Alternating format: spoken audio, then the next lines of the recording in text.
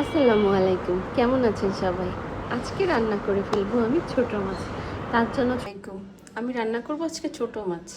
তো তার জন্য এখানে আমি পেঁয়াজ কুচি নিয়েছি, জিরা গুঁড়া, ধনিয়া গুঁড়া, শুকনো মরিচের গুঁড়া, হলুদের গুঁড়া, টমেটো, লবণ আর তেল একসাথে রেখে দিয়েছি। আমি আজকে রান্না করব এই মাছগুলা। তো তার জন্য আমি মশলাগুলো ভালো করে ছোট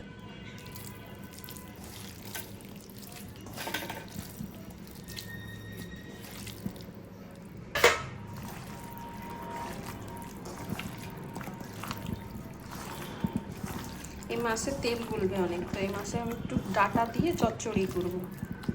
তো মাছটা মাখিয়ে নিয়েছি। তো মাছটা মাখানো আমার শেষ। যে মাছগুলো আলাদা একটা প্লেটে উঠিয়ে নিচ্ছি। যেটার মধ্যে আমি এখানে আদা ইয়াগুলো দিয়ে দিব, মাখিয়ে নিচ্ছি মশলাটার মধ্যে।